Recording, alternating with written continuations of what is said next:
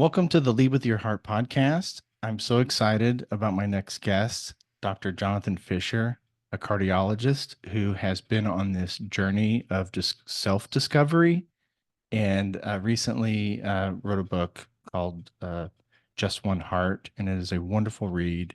And I'm going to let him introduce himself a little further and talk about that journey. Welcome, Oh, Jonathan. How are you? great, Jason. Great to be here. Thank you so much. Thanks for the warm hello. I've been looking forward to this chat. As soon as I learned the name of your podcast, I said, "That sounds like my kind of guy. This is great." Who am I? That's the question. That's a question that I'll give you an answer because you asked for one, and I think we all are a little too certain. We're all a little too certain of who we are. And what if I was more flexible even in who I am? Um, and so, who am I right now? I'm a heart doctor who's been in medicine practicing for a little over 25 years.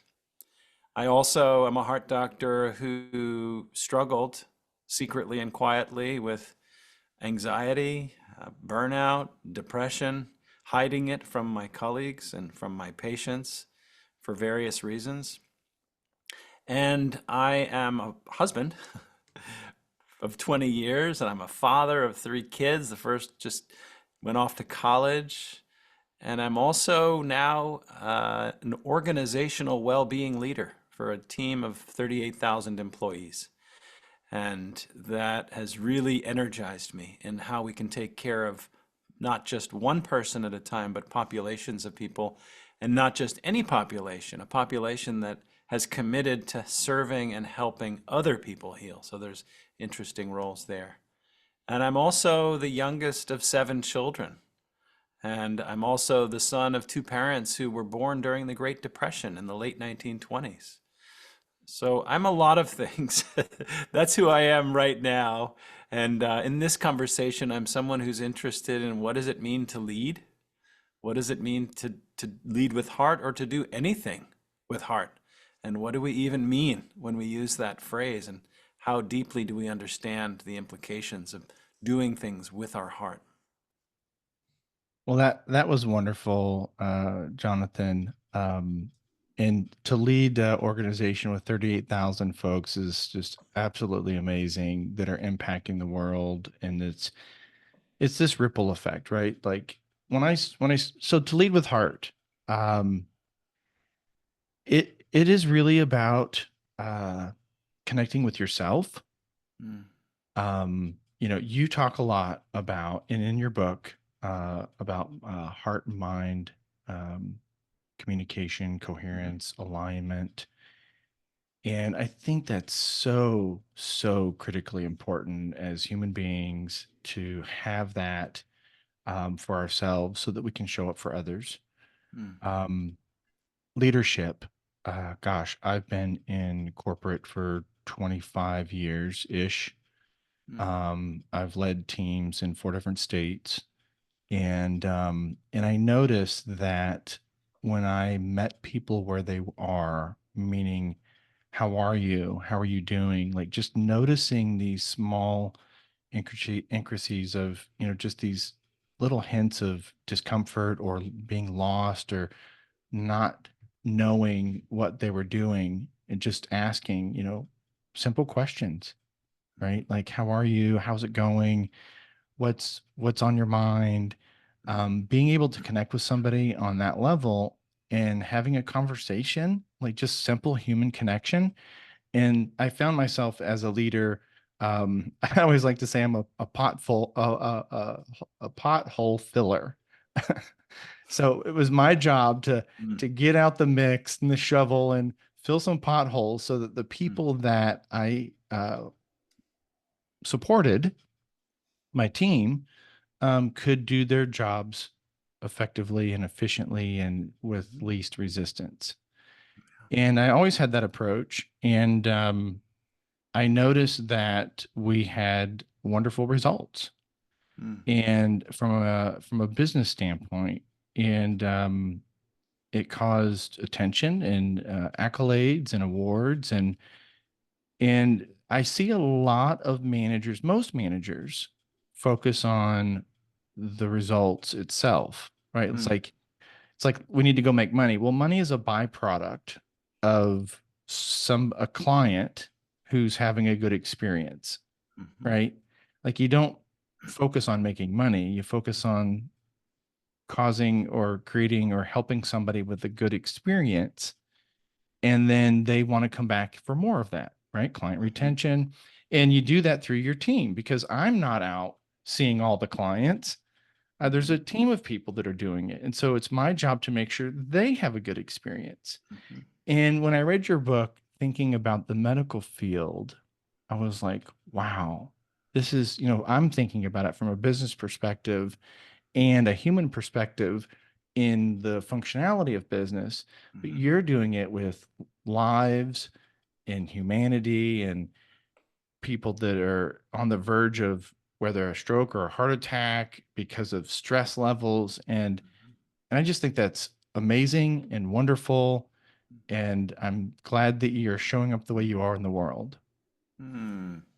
Thank you, Jason. Well, there's so much there. I appreciate that, and I don't see a huge difference in what it means to lead, whether we're leading a sales team or a marketing team or a law firm, or leading our patients towards health. When I think about leadership, there's a couple of different approaches, and I don't think there's one right approach. I have to check myself and guard for the tendency that even I have to feel like I know that there's a yes and a no, and a black and a white, and a right and a wrong way to lead. In my own experience, different contexts, different individuals, different desired outcomes call for different styles of leadership, different approaches. For this conversation, I would say some are call more for heart-based leadership, and some more for head-based leadership, and some more for gut. and and and so, in my own overview, I do think that the heart has a lot of untapped potential. That this next generation of leadership and the philosophy that I'm seeing, at least in the conferences that I speak at and social media, there does seem to be an interest in how can we bring our emotions and the intelligence of our emotions into play, particularly emotions relating to how we relate to other people. So that's Mm. around empathy, compassion, love, understanding. Uh, so, because we could go over 100 other emotions, which lie beneath our ability to empathize and care for and to serve others that we may be managing or leading. So leadership is fascinating. It's interesting to watch our understanding change from, if you want to look at ancient Rome and Nero, he had one style, and Mussolini had another style, and Gandhi had another style, and you and I probably each have our own views. And yet, for me, having spent 25 years watch hearts work, I think in metaphors. And so I've been asking for decades, what does this amazing organ have to teach us? What lessons can we learn about how essentially the heart is the leader of the body? When it stops, we can't go for very long. We can't function and get the outcome of life and achievement. So what can we learn from the heart itself? That's one of the core questions, and the reason I'm asking the question is simply how can we live a better life? So it's not about Mm. just health or just a business outcome. I'm interested in a very long-standing human philosophical question, which is what does it mean to live well and to live in community and balance that by caring for ourselves and living autonomously at the same time? That delicate balance of my heart and your heart. What I'm trying to make the case for is if we look at the science of how our hearts literally interact, even during this conversation, and listeners' hearts are synchronizing or not synchronizing based on the tone of our voices and how we're connecting, this has very broad implications for leadership. It goes much deeper than the words that we're Mm. using and the motivations that we're tapping into. Yeah, you said a lot. And one of the things, well, several things. I'll start with the heart being the leader of our bodies. It's the first organ that's created, right? Like the heart shows up before the brain. So there's neurons that are sending signals. Mhm. I love that. We talked about if you were talking about this kind of evolution of leadership, And I too, Jonathan, love analogies. And, I was just having a conversation earlier with someone about vehicles, that you know, there was the horse and buggy, and then now we have Teslas, and I mean, there's like I was in Phoenix not long ago, and I took an autonomous vehicle. So this vehicle that had no one in it shows up, right? No driver, and it's Wow. AI. Yeah, it was crazy. It was Yeah. very crazy. I was nervous, but it was completely powered by AI. And I got in it, took me to my destination. It spoke to me along the way. Mm, Um, but when we think of the evolution of, so when my conversation led with the evolution of vehicles is there's this evolution of leadership. mm, And, you know, the alpha generation is going to be joining us soon in the mhm, workplace. mhm, And then we have, the millennials and Gen Z. I'm a Gen Xer. mhm, Millennials and Gen Z after me, right? And, mhm, we look at the generation that was taught to suck it up, shrug it off, put your pants on, go to work, and just work hard. mhm. And that doesn't exist anymore. Yeah. Like people want more out of life. Mhm, And then you look at resumes, and it's very difficult to find a resume where somebody's worked somewhere for more than 5, 10 years, 20 years, right? yeah. And some of the mindset, and I've spoken to this a few times on different shows, but it's that people job hop, they don't want to work. And the reality is that they haven't found a place that sees them. They Mm, haven't found a place where the leader connects with them as an individual, as a human being first. mm, And then this generation isn't going to put up with it, right? They're not going to grind it out. They yeah. want meaning. They want uh, a consciousness that is happening around the world. They're part of Mhm, that energetic vibration of consciousness, mm, and they want more out of life. And more people are engaged with community mhm, and things that matter, helping humanity. And so there's this, and it's interesting because it's the same generation that's glued to their phone, mm, right? And they're constantly in this, so their interpersonal skills might not be sharp mhm, or well advanced or mature, um, but they have deep compassion and understanding of humanity. And so mm. it's very interesting. Yeah. Yeah, yeah. Well, you're hitting on a generational divide, and you mentioned a couple of generations. So it's not an us and them. It's not an older and a younger. There's, generations can be defined by 10 years or a dozen years, and I think if we look at one human's lifespan, whether we want to map that onto, well, what does that mean for the workplace, or we map it onto relationships, having a partner, maybe having children or not, growing old, how do we relate to that? So you're hitting on a topic that's really close to my heart as I'm just past halfway in this life, unless something exceptional happens. And what I'm realizing, Jason, is that we do a very poor job with some exceptional leaders who have tapped into this missing piece, a very poor job thinking about jobs in terms of a lifespan. The traditional view is you are welcomed into the office, you get your coffee mug, and 40 years later, you retire with a pat on the back and a gold watch. And as you were saying, those days are over.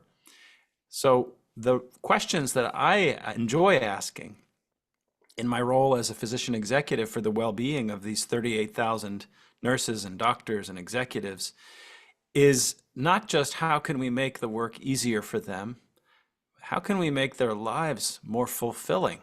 And Mm, how can work not be a detractor, but actually additive to the quality of their lives? And how can we also be interested in their life outside of life?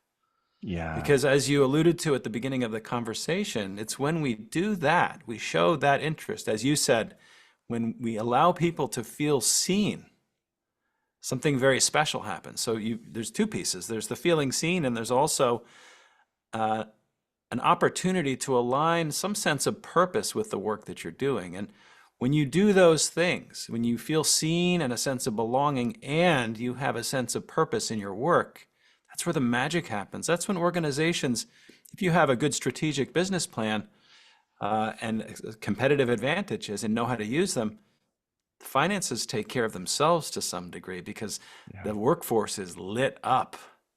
Yeah. Yeah. I was talking with some HR folks about rewards and recognition, Hmm. and they had discovered going through COVID time that, pre-COVID, they would have a company gathering, they would give an award, um, and celebrate the individual, but then, distancing and we're not socializing, was very limited. And so there were people still showing up in the workplace as we were kind of coming out of COVID. I don't know, COVID 2.0 or whatever that time frame was. Hmm. So it was like partially in the office and people are still working, and instead of giving rewards because, you know, a lot of organizations weren't getting their financial needs met because the world was kind of shut down. So instead of spending money on an award and having a gathering to give the award, they started giving people days off and said, "Hey, I know outside of your normal PTO, Mm, take a day and go spend it fishing or with your son or your mm, wife or your husband and enjoy it. It's on us. Thank you for your contribution." And mm, that was the award. And they found that people mm, got lit up from that. mm, Like mm, engagement went up, mm. right? And it's just connecting, understanding who they are as humans, and supporting what they do or like to do outside of work during work, right? Yeah, yeah, that's a beautiful example, and it makes a lot of intuitive sense as well, because it states very clearly um, with resources and investment that what's important to us is that you are fulfilled in your life and you having Yeah. a break as well. And I think that that aligns very well with the evolution of modern work in Mm. terms of there was a time when there was life and there was work. And over the last 150 years or so, even since the dawn of the Industrial Revolution and modern capitalism and Wall Street, work has begun to take on a life of its own, but more so to take on life as a whole. Yeah. And what I'm witnessing now and what we're working to help promote is this idea that work is not life. Work can be part of life that can really be life-giving that we were talking about. And to reimagine, well, what does that require then of leaders? They have to keep their eyes not just on the spreadsheet with the existing bottom line. We have to add to the bottom line. How vital, how alive do the workers feel, and how do we enhance that and increase that, not as a once a year measurement, but as a everyday action as leaders? How can we make sure that that's part of the experience of workers, so that as AI and modern technology are taking over more and more jobs, and there's more of a stripping away of our own sense of humanity, we have to redouble our efforts in the Yeah. workplace and in society to help people feel more human. So there are many forces that I'm seeing in the last 150 years, but particularly now in the last few, Yeah. where the pressure is on to humanize the workplace and to humanize our culture. Yeah, it's interesting. We talk about mindfulness. We talk about, hey, here's some ways you can deal with stress, or here, we have this employee EAP line, employee assistance program, right, where somebody can call if they're dealing with something. Mm, And what I think I'm hearing from our conversation is, it's important to address these things and give people support, but we have the power as organizations and as leaders to reduce that incoming stress level so that it's proactive, right? Like we can address this and create an environment that causes us to have less anxiety, less stress, mhm. less loneliness, so that we're not putting all of our resources on the other end to support it. 100%. And not only less of the detractors of human joy, but borrowing from the burgeoning field of positive psychology, which really took off in the late 90s. As you know, the workforce is now borrowing that. So positive psychology is shifting away from the necessary job of reducing stress and, gross, GROSS, get rid of stupid stuff at work, get rid of it. Yes, that's half of life. And just like this process of discovering joy and fulfillment in our own lives, there's two halves, and we can't just do one, because reducing stress does not equate with living a joyful, full, and connected life. It gets us to, as you were saying, filling in the potholes. Well, then Yeah. what? Now Yeah. we want to build the mountains and build the peaks and build Everest, so we can climb those highs. And that's where, how can we then, as leaders and in the workplace, and you alluded to this with the recognition programs, how can we now create a sense of pride, of joy, of satisfaction, contentment, curiosity, awe and wonder, marvel, kindness, you name it, dozens of positive emotions. How can we now open the floodgates and create environments and leaders who know how to open that tap, so that the workforce not only has a way to prevent stress and navigate it when it inevitably comes, but also to really drink from that fountain of positivity? Yeah. So, Jonathan, what are some simple things we can do? What are some simple things that we can do Hmm. to help start? I mean, nothing that's monstrous, tasking. I mean, just simple Hmm. things. Yeah. Well, that's the ultimate question, right? Because there's no point of a philosophy or a framework unless it is useful, in my mind. I mean, sure, it's nice to talk, but we need action, we need Yeah. change. Yeah. We've got many crises going on right now. And the answer to the question is, what do we need to do? Depends on who we are and where we are. Uh-huh. And one thing I've learned in my job, having seen nearly 40,000 patients and hearts in the last 25 years, is that while all hearts have common features and common functions, they're in many different states of well-being and illness. And so the answer depends. Where are you on what I'll call the spectrum of well-being? Mm. If you're someone who is at the bottom of the spectrum, you're suicidally depressed, you're burnt out, you can't get out of bed, you don't have any sense of purpose in your life, the resources that you have to call on will be different than the leader who is about to take over the CEO role of the company and knows the basics and really wants to go to that next level. I would have very different advice for them. So the Yeah. challenge in giving a one size fits all is, Yeah. it really depends on who is in front of me, what groups. But in general, for myself, because I started writing and researching this book as a guide for myself to get out of the dark place and to get to the light place. And my really simple approach is this, Jason. It's an ABC approach, which is good for anybody. It's good for anybody, no matter where you are on that spectrum. A means accept. Accept it wherever you are. B is wherever you are, if something is out of balance, balance it. And then C, once we've accepted and balanced, then we can decide what we want more of and what we want our life to look like. That's where we cultivate, like a Mm. farmer in the garden, and we cultivate. And then once we recognize that framework, we can talk about dozens of practices within the acceptance, the balancing, That's and the good. cultivation. But usually, when people are asking me the question of what are some easy tips, we're talking about people who are at the lower end of the well-being spectrum, because frankly, people who are thriving and joyful in their lives, maybe as maintenance will be reading these books and interested, but often, from my own experience, it was when I was at my lowest that I was desperate for help. And that's where I think about resources as a combination of inner resources, Yeah. which is compassion for ourselves, a sense of grit, a determination, our breath as a way of grounding ourselves Mm. and clearing our mind, and then outer resources, which is really the challenge, because the lessons we're taught as young people is you're in it for yourself. You have to compete with others for your grades, for your salary, for your position, where Mhm. it's all politics.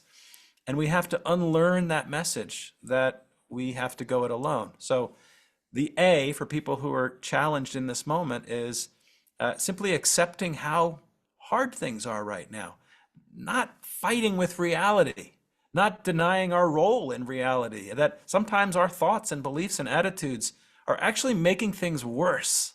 And in order to get better, we have to look at our own stuff before we can really work on the deep balancing work, which is fun. And then we really get into the really fun stuff, which is what can you do today to cultivate a better life? Pick one of the dozens of positive feelings that you'd like to feel, any one of them. You want to feel more gratitude? Practice it.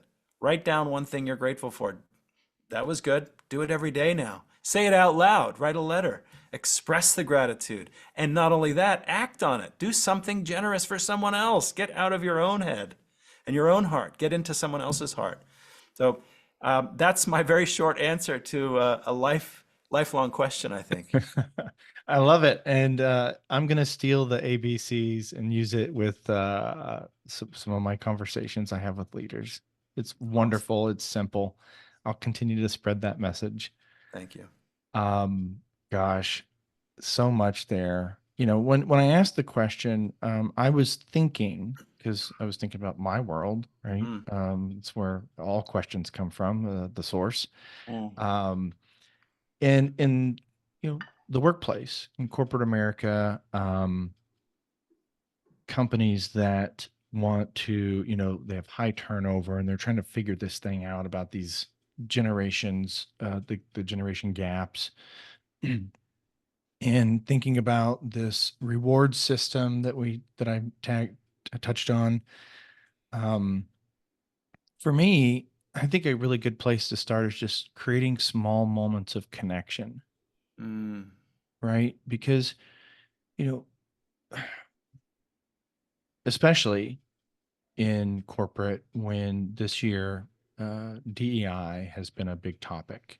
mm, And, I was in a meeting speaking with some other leaders that are involved with DEI. And in fact, I was in Charlotte, North Carolina, when we were setting this call up.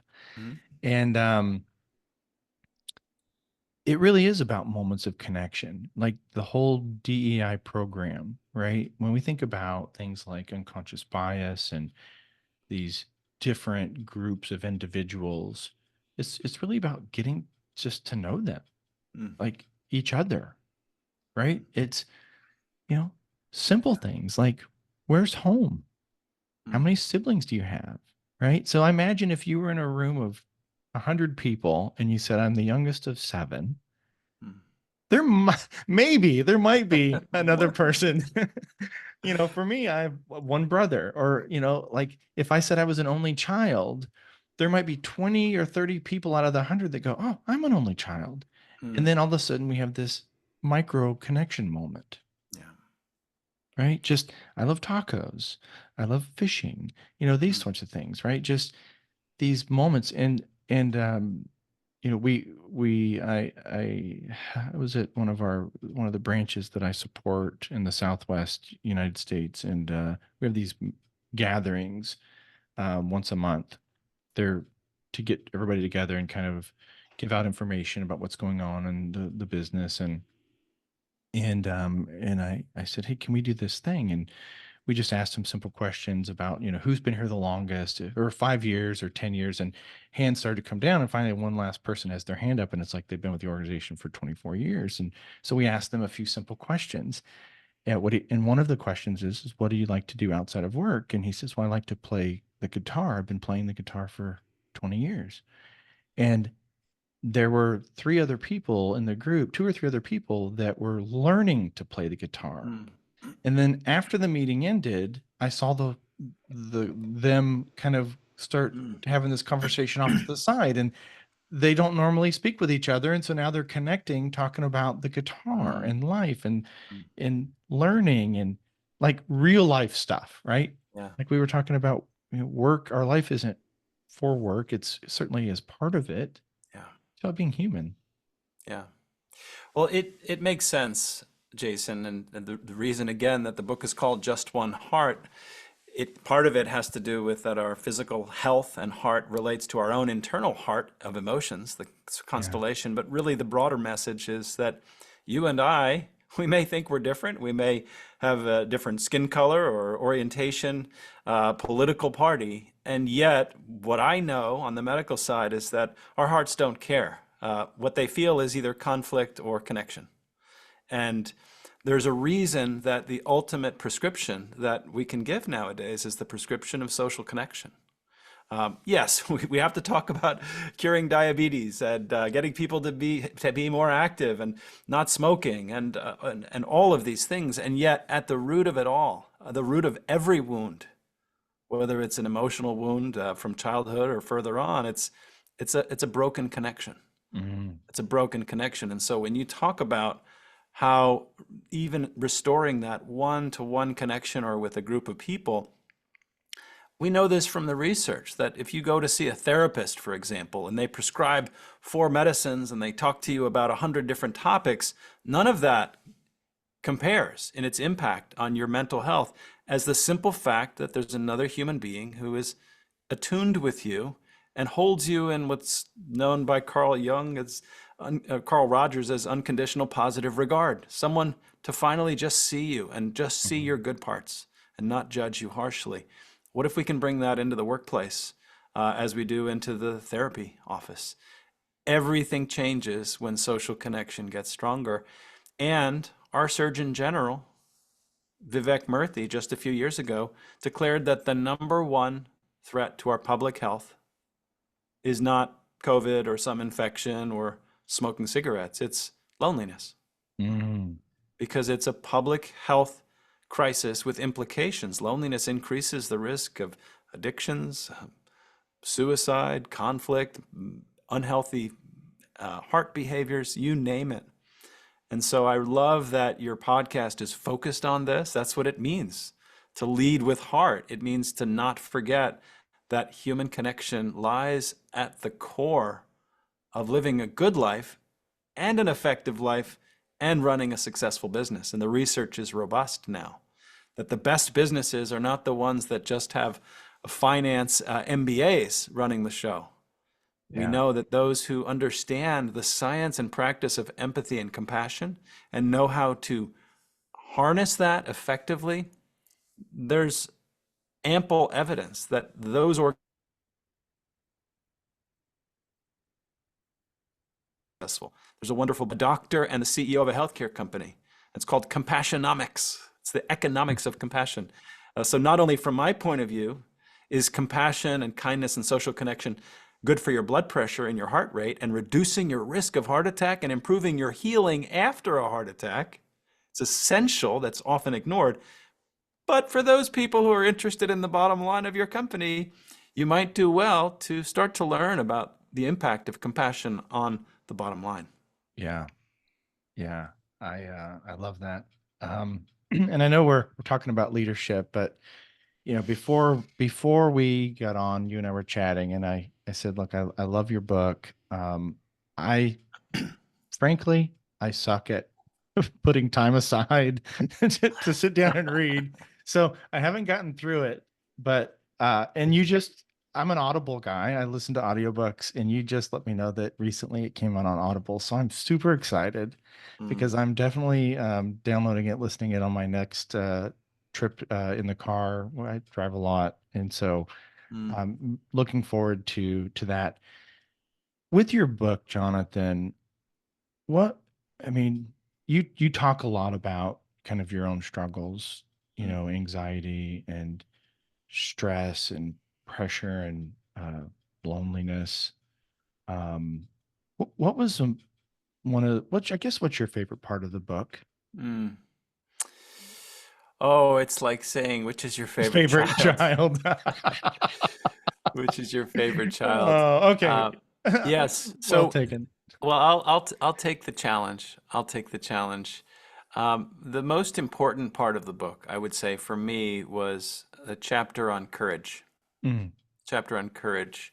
On the last, I would say, 40 years, that's been one of my greatest difficulties. I was quite insecure as a child and as a a younger grown-up. I kept myself back from lots of potential opportunities, social opportunities, professional opportunities, had a flurry of thoughts in my head about why I didn't deserve it and why I didn't belong, why I wasn't good enough.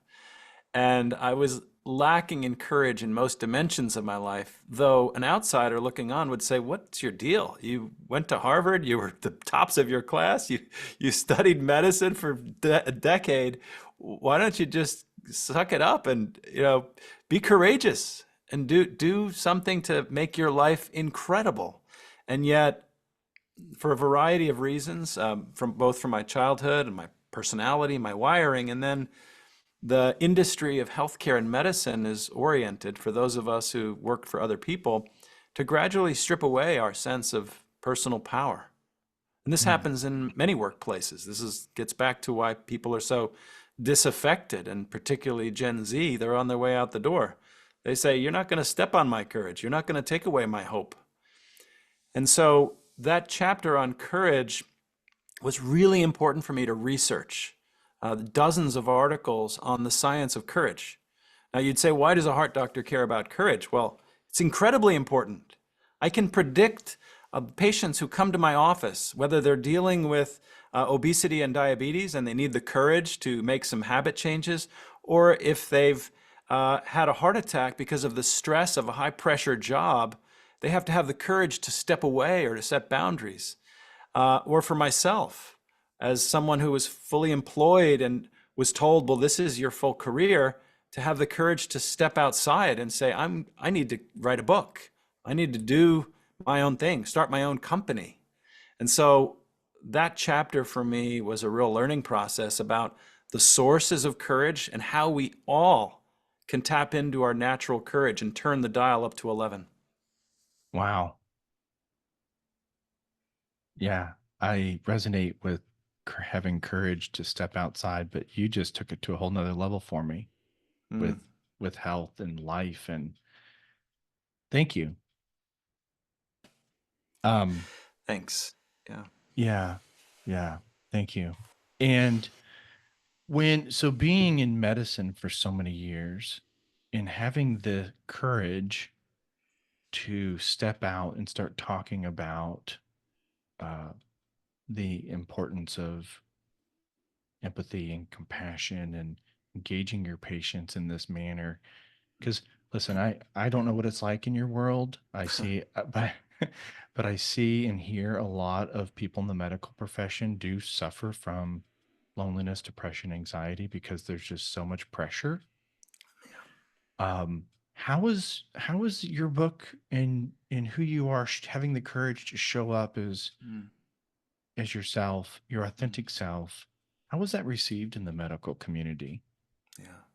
The reason I show up initially was as part of my own work in getting outside of my fear.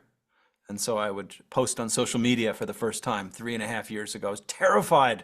What are my patients going to say? What are my other doctors going to say? What's the CEO of my company going to say?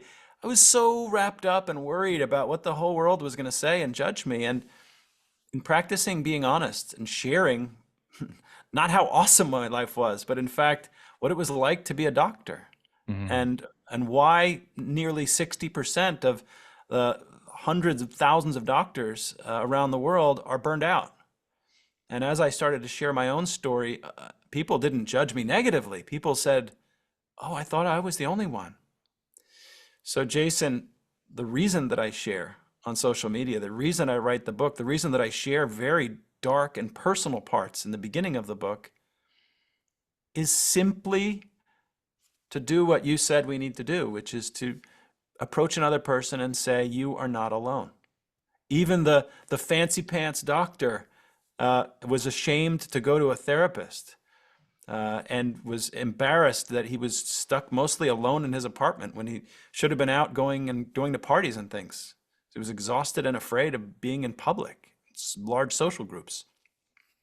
So when I speak and when I write, it's not to come from a place of I'm better than anyone. It's the opposite. It's to say, I'm a human being. What would happen if we all had permission to show up as human beings? Mm. from the dishwasher in the cafeteria to the CEO of a Fortune 100 company? What if we could relate as human beings and treat each other with that respect, empathy? Because my ultimate goal, yeah, I'd like people to have healthier hearts. I'm supposed to say that because I've been dedicated the last 25 years to that. That's not really what I care most deeply about. Now, don't go tell the American Heart Association that because it'll ruin my credibility. Jason, what I'm interested in is a kinder world. Yeah. I'm interested in a kinder world. And I happen to have the ability and the language skills to help people understand the benefits of our physical hearts by opening up our emotional, social, and spiritual hearts. And that's kind of why I wrote the book. It was a little bit getting in through the back door there into people's minds by telling them how good it is for you to live with a full, whole heart each and every day, each and every moment. Yeah. I absolutely love that. I absolutely love that. I started this podcast, Feed with Your Heart. I talked to a lot of business leaders. Um, and I can frame it up as productivity, as retention, as driving higher profits from engagement and all the stuff. But the real Trojan horse Mm, is that our mental health crisis is out of control. And I believe that CEOs, whether they know it or not, hold the key to significantly transform that. Because if I'm stressed out and I'm under so much pressure, it's not just about me. It's when I come home to my wife and my two kids. It's the person that I get angry with for not staying in their lane, or at the grocery store, the irritability. It's this massive ripple effect through humanity. And most of the world has some sort of job that they're at with income, and they're doing a thing. hmm And if you have this, yeah, 100 CEOs of the Fortune top 100, what's the population amount that those 100 individuals are responsible for? Millions. The hearts and the families, right? Yeah. Whew. Yeah. Totally agree. Totally agree. It puts it all in a new light. And it really shines a light on the burden and the beautiful responsibility and opportunity that leaders have if they are interested in not just focusing on the bottom line, but in making the world better for more people in every sense of the word. In physical health, which is easy to focus on, so-called wellness, but also well-being in the broadest sense. Yeah. Um, that's why I'm encouraged that offices of well-being and chief well-being officers, though we're in our early stages in industry, it's now becoming an expected feature, partly Yeah. because Gen Z is demanding it, and partly because burnout is rampant across the workforce, and we need people who are dedicating their lives to thinking about how can we have people flourish in the place where most people spend most of their time, which is the workplace. Yeah. Wow. Thank you so much for being here. I I've got your connection to your website, your LinkedIn, your book. I'm going to put all that in the show notes so that people can engage with you that way. But I just, thank you so much for showing up the way you do. Thank you, Jason. Well, the invitation was beautiful when I got it, and I can say the same about you, which is why I said yes to this conversation. And really, it's about your mission and what you're working to do, and I can see that. I think we need more voices, and we need voices from every angle coming at this from the same way. And our common friend Ryan Hartley, who Yeah. really is helping leaders and individuals lead with heart. So I appreciate everything that you've said, all the kind words about me and the book, and my hope is that this is a source of comfort for people and also a source of power and strength that maybe are looking for right now. And it's another way to access that and to realize you're not alone and to realize that there's no reason to beat yourself up if you're struggling in this world today. It's normal. It's normal to struggle. And also, even the most burnt out cardiologist or doctor who appears to have it all can find a way through to the other side. There is another side. Yeah, I love it. Um, have the courage to share with someone. Just Hmm. share your story because you're not alone. Wonderful. Thank you so much. Thanks, Jason.